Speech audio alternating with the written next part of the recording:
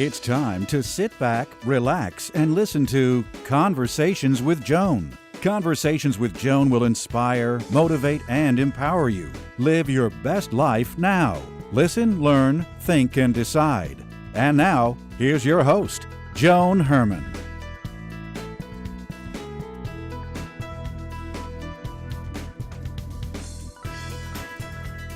Welcome to Change Your Attitude, Change Your Life's Conversations with Joan. I'm Joan Herman. Thanks for tuning in. Conversations with Joan focuses on topics that are important to your life, from health and wellness to professional development to personal well-being. Changemakers join me to share their insights, tips, and strategies so you can thrive and live your best life now. Thank you for taking time for yourself, and thank you for letting us be a part of your life. Now, let's start talking. If you feel like work is consuming your life, you're not alone. We've all been taught that hard work pays off, but all that extra time in the workplace isn't necessarily a good thing. After a certain point, it can be counterproductive and even hazardous to your health. What if it was possible to achieve more by doing less? Today's guest, Kate Northrup, was committed to working long hours until the fatigue she experienced during her pregnancy was so strong that it forced her to slow down. She feared that making this shift would affect her business, but it turned out that her company earned just as much as when she was entrenched in her job. Kate realized that by doing less, she was more productive and happier, and she gained more freedom in return. Kate is the author of the book, Do Less. Welcome, Kate. Thanks for joining us. Thanks so much for having me. So, Kate, we've all been taught that if we work hard, we succeed, and the harder we work, the more we succeed. But science is now showing that the extra work can be counterproductive and even bad for our health. Tell us what your life was like before you were told to slow down. Well, I'll never forget this one time that my husband and I, he was my boyfriend at the time, but we were visiting my mother, and we were staying with her for a couple of weeks. And I remember her pulling me aside and saying, honey, you're going to have to figure out how the two of you can be less attached to your laptops. And it was such interesting feedback because I hadn't ever really identified as an overworker before. But from that moment forward, I started noticing my tendency to work instead of live. And I run a company with my husband. And so it does seep into a lot of our personal life, which I love. But at the time, I didn't have good boundaries. And we worked a lot. We put in a lot of hours. And what you just described, Kate, I know that resonates with so many people. I mean, it does with me. I have my own business. And so I do the same thing. I find myself, if I don't feel like watching television or if I'm not going out, I'll just go on the computer and work. And that's what so many of us do. And then we find ourselves, like you said, not living, just working. I think what we have in our culture is a problem where we have a diminishing rate of return, and we think that the more hours we log at the computer, the better our results will be. But the data actually shows that that's not the case. The data shows that after between 24 to 30 hours a week, we're actually not getting anything done. We're just putting in the time. And so that time could be much better used for exercising, sleep, pursuing a creative project, getting outside, being with friends and family, and other things. Because if it's not quote unquote productive time anyway, and we're just staying busy because that's what a lot of our work hours are, then why not enhance our life in other ways so that when we are putting those hours in, we will do better work, we'll have better ideas, we're more focused, we'll be more engaged, and actually far more joyful as well. So, Kate, there may be people listening to you that don't really understand when you say they're just staying busy because they think they're working. What are some of the time drains that people fall into? What are those traps that they fall into daily? So a huge one is distraction. The data shows that we get distracted every 11 minutes, and that on average it takes us actually 25 minutes to get refocused on what we were doing before. So if you do the math, that basically means during your workday you're never focused. And distraction distraction is the killer of good work. And so, whether it's people swinging by your desk at the office, it's you looking at your phone, it's the notifications on your email inbox, it's the notifications on your text or social media, or interestingly enough, data is showing that we, even if we're not being interrupted by somebody else or something else, we actually have been so trained to be interrupted every few minutes that we begin to distract ourselves. So even if we're in the middle of writing a blog post or working on a presentation, every 11 minutes or so, we will distract ourselves by starting something else, by opening a web browser, by making a dinner reservation. And so as a result, we waste so much time because of that refocusing. And we think, oh, well, I'm multitasking, I'm getting more done. But multitasking is just context switching, and it actually lowers our IQ significantly. I'm smiling as you're speaking because you just described my day. Yeah, and then we get to the end of the day and we're strung out, we're irritable, and we are so fried, and our ability to make good decisions has completely gone out the window because we have seen that we get what's called decision fatigue. And at the beginning of the day, we have only so much energy and focus for making good decisions. And as the day goes on, it depletes and it depletes and it depletes. And then by the end of the day, that's why we end up sitting in front of the TV, stuffing our face with Oreos, drinking that third glass of wine, or, surfing the internet way, way later than we wanted to go to bed. So, Kate, you were told to slow down, and everything that you just explained to us, we know why, but how did you go about doing it? What were the first things that you cut out, and when did you start to see the benefits? Great questions. And so it was the first time in my life when I got pregnant with my first daughter that I literally couldn't just push through something. I mean, any other circumstance in my life, I could just work harder to get through it. But my body it was so strange. I just literally could not. And so I was forced to cut out the extraneous. And so what I did somewhat intuitively, but then systematically later, is I really took a good look at my life and my business, and I looked at the 80-20 rule, Pareto's principle. What 20% of my activities were getting me 80% of the results? And then in the limited hours I had, I knew the bare minimum of things that I needed to get done to basically move the needle and keep the ship afloat. And so I devoted my time first and foremost to those things. And then if there was anything left over, I would devote it to new projects or other activities, but mostly there wasn't anything left over. And what was so shocking to me is at the end of that first year, because I had trained myself to do my 20% of activities that got me 80% of the results, when we sat with our accountant, we realized our business was solid. Like our revenue had stayed the same. And so that is what I recommend, is looking at what are the 80% of results that you get from 20% of your activities, because that Pareto's principle will apply across the board. If you look at what your big wins are, they will have been caused by about 20% of your activities. And the rest of the time, we're spending a lot of time doing busy work that's just not like a great use of our time, or at least not a great use of our most focused, highest productive hours. Kate, once you identified the 20%, how did you acquire that discipline? What did you start to do to keep yourself on task? I make a list. What did you do? I do something similar, although I make a weekly to-do list. So what I was finding is that when I made a daily to-do list, it got overwhelming because I was writing down every single thing I could possibly ever do ever. And it was sort of becoming this catch-all piece of paper for my brain. And then instead of helping me stay focused and organized, my to-do list was making me feel overwhelmed.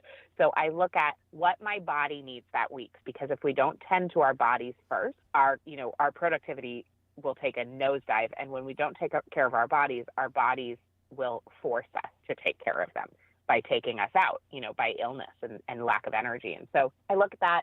I look at a couple other factors. What are my priorities for the week? How am I feeling? And even what's going on astrologically. I love to add in what's going on cosmically so that I can get that extra support. And then I make a weekly to-do list based on those factors, based on my priorities, what my body's needing, what my heart is needing, and then what's going on in terms of cosmic support. And that weekly to-do list, I ask myself for every single item, does this need to be done? Like, am I just writing this down because it's an idea that I could do sometime later? And does this really need to be done? Like, is it a busy work step? Am I overcomplicating things? Or is it in fact a necessary item to get the result I want? And then I ask, does it need to be done by me? So if it does need to be done, then the second question is, does it need to be done by me?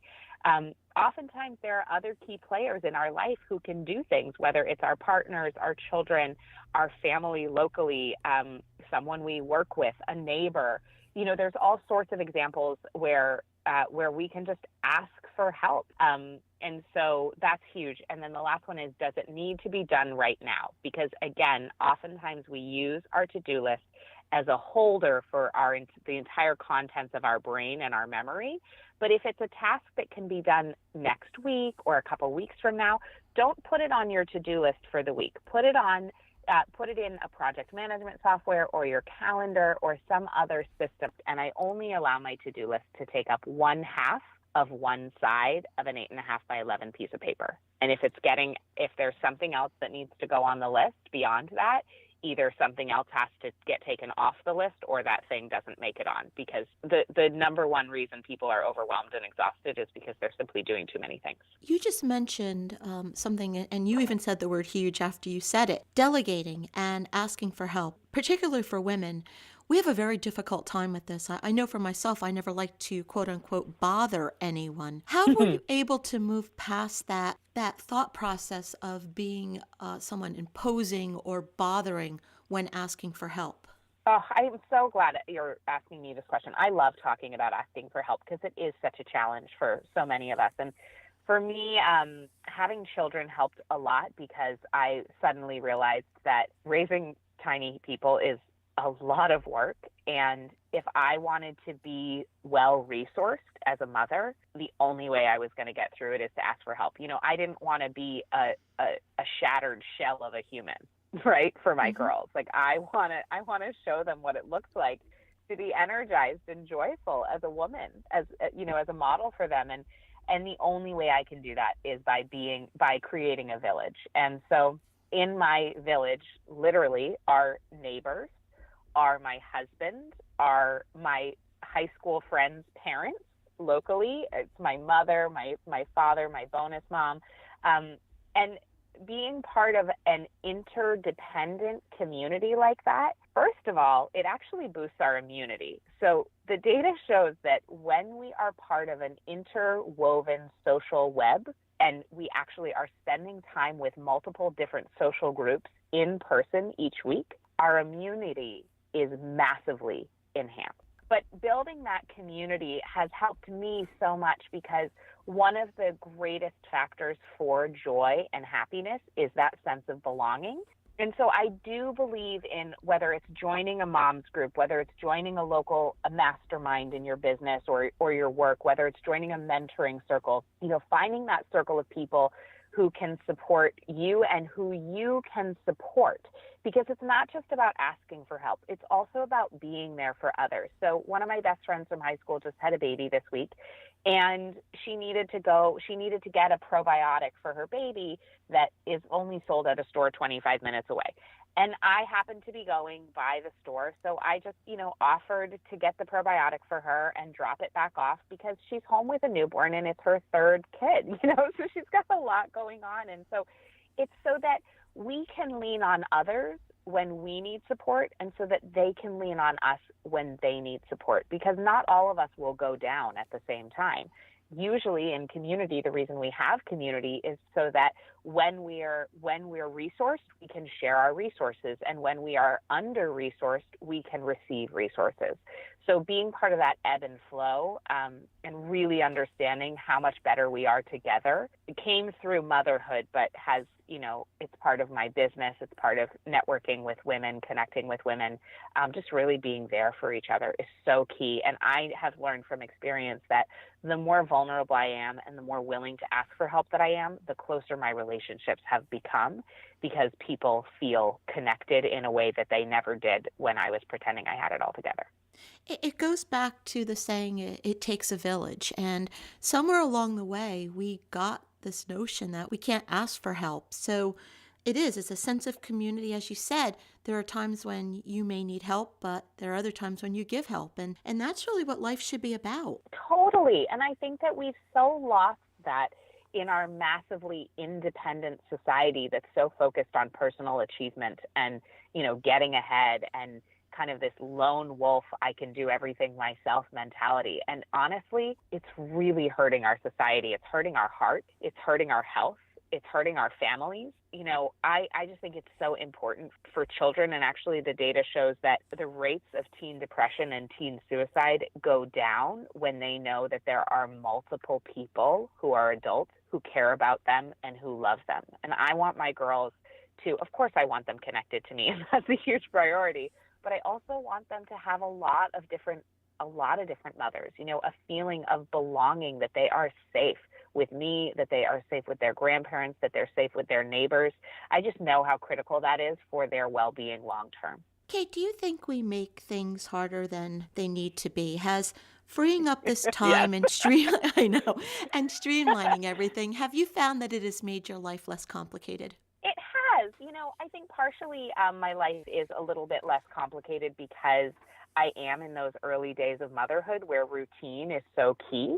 Mm-hmm. My girls, just with bedtime and with getting out of the house and our dinner routine, it helps everybody feel more calm. But what's so cool is I've taken that and I've applied it to other areas of my life that have nothing to do with my kids. So my weekly planning ritual, for example, the rituals my husband and I do each week around our finances, our weekly scheduling meeting, the way we meet with our accountant, it's all become this beautiful structure of just the essentials. So I really look through the filter at everything from the perspective of what is the minimum amount of effort needed to put in here to get the maximum viable result. So, take planning a kid's birthday party, for example. The maximum viable result that I want, or the maximum result that I want, is to have a good time celebrating my kid. And so, having a perfectly themed birthday party with a million different decorations and a hired rent-a-princess and the goodie bags and the perfect food and 55 kids is way too much time and energy to put in my opinion, for what I would want for a 3-year-old's birthday party.